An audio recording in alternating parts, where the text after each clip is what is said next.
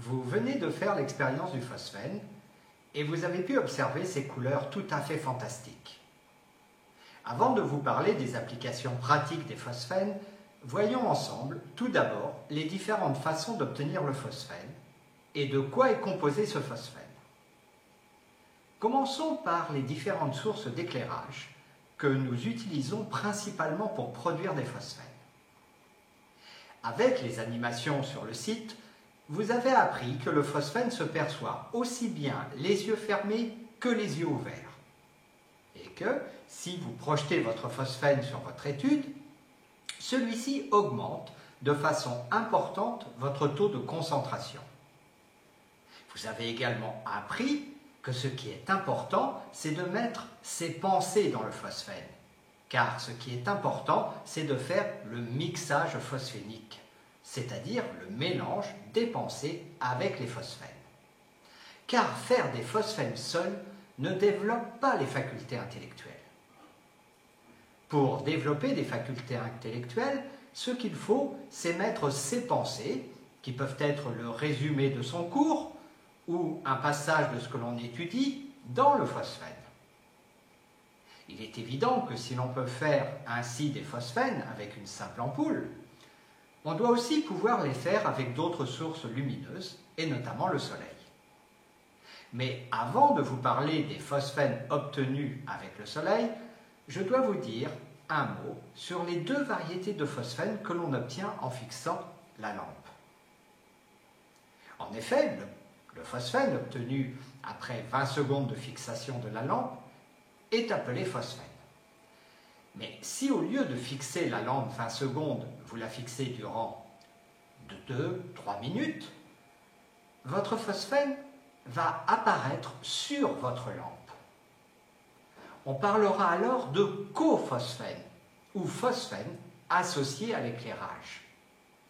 Vous avez dû observer qu'au bout de 20 secondes de fixation de la lampe, celle-ci vire au bleu. C'est-à-dire qu'au lieu de percevoir la lumière blanche, vous la percevez teintée de la couleur bleue. C'est cela qui est appelé cophosphène ou phosphène associé à l'éclairage. La pratique avec le soleil, et plus précisément avec les levées du soleil ou les couchers de soleil. Tout d'abord, il y a quelques précautions élémentaires à prendre. Pour ceux qui portent des lunettes ou des verres de contact, vous devez obligatoirement les retirer. Il faut retirer lunettes et verres de contact avec le soleil pour éviter l'effet loupe qui risquerait de brûler votre rétine. Bien boire étant à jeun, ça c'est pour tout le monde, l'eau étant le premier des vasodilatateurs, c'est l'idéal pour le rafraîchissement de la rétine. Comme il y a beaucoup de pratiquants de yoga solaire, il me faut insister sur une loi. La loi du tout ou rien. Il faut un maximum de phosphène pour un minimum d'éclairage.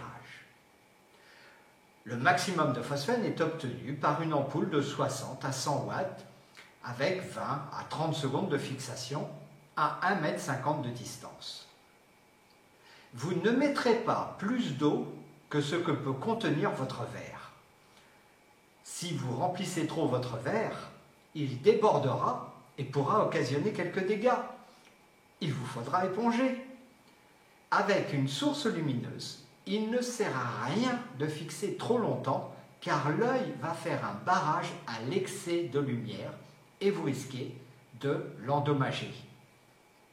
Ce qui nous intéresse, c'est d'obtenir un maximum de phosphène avec un minimum d'éclairage. Ce qui donnera 60 à 100 watts avec une ampoule lumière du jour et 2 à 3 secondes avec un lever ou un coucher de soleil. Après avoir fixé l'astre 2 ou 3 secondes, on tournera la tête ou on mettra nos mains devant nos yeux pour faire l'obscurité, ou bien on utilisera un masque oculaire comme ceux que l'on donne lorsque l'on prend l'avion pour pouvoir dormir sans être gêné par la lumière et on fera notre opération de mixage phosphénique, c'est-à-dire de mélanger nos pensées au phosphène. Alors, dans un but initiatique, nous verrons un peu plus tard quel type de pensée il faut mettre à l'intérieur du phosphène. La pratique avec le reflet du soleil sur l'eau ou sur une surface. Il est très agréable également de pratiquer avec le reflet du soleil sur l'eau. Et l'on obtiendra ainsi un phosphène par lumière réfléchie ou lumière polarisée.